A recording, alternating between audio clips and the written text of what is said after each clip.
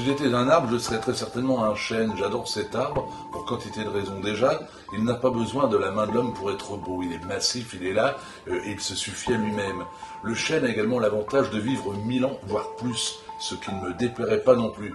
Et puis surtout, si j'étais un arbre et si j'étais un chêne, j'aurais le sentiment que même après ma mort, je continuerais de vivre, car même mort, le chêne continue de nous faire part de sa présence en nous offrant des objets, des meubles, de la charpente, quantité d'éléments indispensables à notre vie.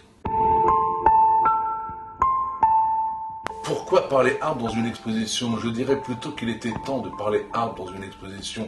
Depuis que l'homme est homme, depuis qu'il parcourt le monde, il n'a de cesse de promouvoir la culture, les sciences, il n'a de cesse de mettre en avant quelques grands noms de la littérature, de la peinture, de la sculpture, mais il oublie l'essence même de sa présence, l'arbre. L'homme est né dans un arbre, qu'on le veuille ou non. Lucie vivait d'arbre en arbre pour se protéger des prédateurs. C'est l'arbre qui, le premier, a permis aux hommes de se nourrir par la cueillette, qui a permis aux hommes de manger de la viande avec le feu. C'est également l'arbre qui fournissait le bois, indispensable pour se loger.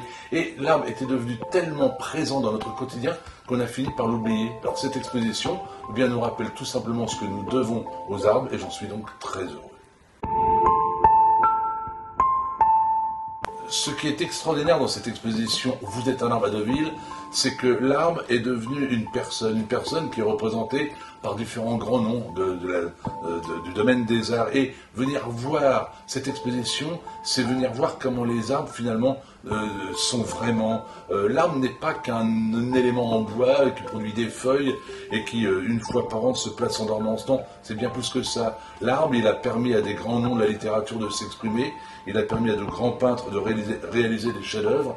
Et cette exposition, eh bien, nous permet tout simplement de nous rapprocher de l'arbre et de nous rendre compte que derrière finalement une apparence massive, derrière une écorce, se cache un bois tendre qui mérite d'être davantage découvert.